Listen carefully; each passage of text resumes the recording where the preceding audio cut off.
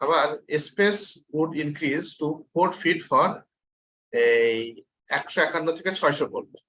আচ্ছা, এবার এই যে এইখানে একটা ইলেকট্রিক সুইচ বোর্ড আছে আর এখানে একটা ইলেকট্রিক সুইচ বোর্ড আছে।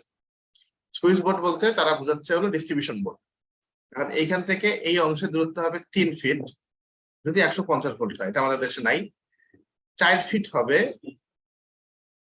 150 থেকে 600 ভোল্টের মধ্যে। তাহলে এইটা বাংলাদেশে আছে। আমরা তাহলে যখন ডিস্ট্রিবিউশন বোর্ড সামনাসামনি বসাবো তখন এই যে এখানে দেখেন তার দরজার ছবি কিন্তু দেখা যাচ্ছে।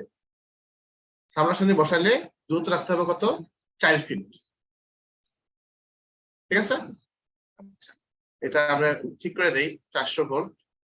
400 ভোল্ট আমাদের দেশের পার্সপেক্টিভে লিখি, এটা 4 ফিট। আচ্ছা, এরপরে আসেন এই যে 150 ভোল্টের ছিল, এটা ঠিক করে দিই 400 ভোল্ট। এটা 3 ফিট হবে না, 400 ভোল্টের জন্য কত হবে? 3.5 ফিট।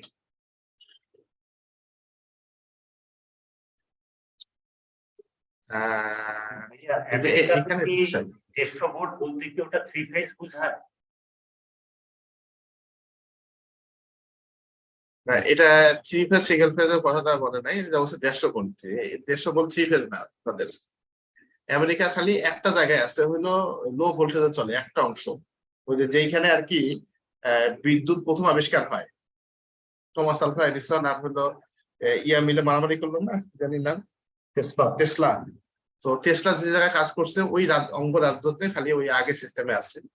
তো 150 ভোল্ট ওটা হলো এখানে জাস্ট রিমার্কিংটা 150 ভোল্ট, এটা এরই মিন করে নাই তারা যে ওইখানে সিঙ্গেল ফেজ থ্রি ফেজ এটা মিন করে নাই।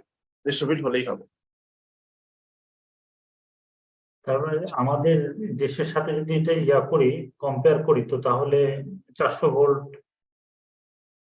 আর ভাইয়া কোনো কারণে যদি আমার সিঙ্গেল ফেজ এর জন্য আলাদা একটা ডিস্ট্রিবিউশন বোর্ড আর 3 ফেজ এর জন্য আলাদা ডিস্ট্রিবিউশন করতে হয়, তাহলে সেক্ষেত্রেও কি আমরা ওই সেম মানে সেম ডিসটেন্স মেইনটেইন করলে? এই যে মনে করেন বাম দিকে লাগাইছেন হলো 230 ভোল্টের, ডান দিকে লাগাইছেন 400 ভোল্টের, তাহলে এটা কি 150 থেকে 600 ভোল্টের মধ্যে আছে দুইটা?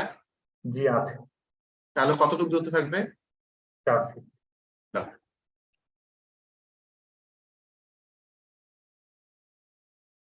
এই যে এইখানে দেখেন কর্নার থেকে,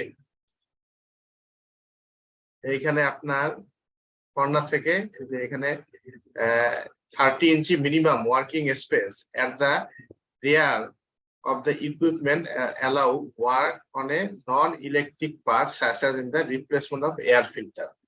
তো এই যে সাইডে যদি আপনার এয়ার ফিল্টার থাকে এরকম নন ইলেকট্রিক পার্ট, এটা বাইরে থেকে আপনি ইয়ে করবেন। এটা রিয়ার মানে হলো পিছনে। এখানে দেখেন এই যে দরজা কিন্তু এখানে, তাহলে এটা পিছন দিকটা।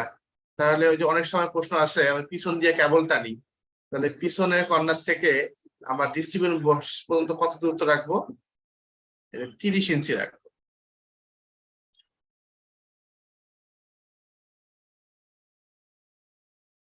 পিছন থেকে।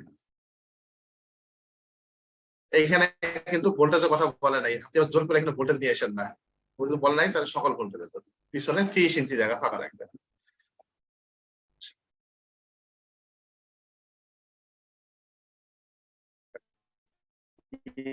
করতে হবে আমাদের এই যে রুমের লেআউট, প্যানেল বোর্ড যখন লাগাচ্ছেন, আমার এখানে ইন্টারনেট কানেকশনটা পোর্ট হয়ে গেছিল মাঝখানে, আরেকবার কি রিপিট করবেন? কে জানি কি বলতে চাচ্ছিলেন? হ্যাঁ ভাইয়া, ওই একটা সিনারিওর ঘটনা মানে শেয়ার করতে যাচ্ছি। শেয়ার করা যাবে না ভাইয়া, একটু পরে করেন শেয়ার। আপনার ক্লাস 12টা, এরকম শেয়ার করতে থাকলে দেখবেন যে ইম্পর্টেন্ট টপিকে দৌড় মারা লাগবে, আপনার লস হবে। আগে এগুলো শেষ করি। এই যে দেখেন এখানে মিনিমাম হেডরুম থাকবে হলো 6.5 ফিট। প্যানেল বোর্ড যেখানে লাগাবেন সেটার হাইট হবে মিনিমাম 6.5 ফিট ওই রুমটার, আর বেশি থাকলে আরো বেশি, সমস্যা নাই।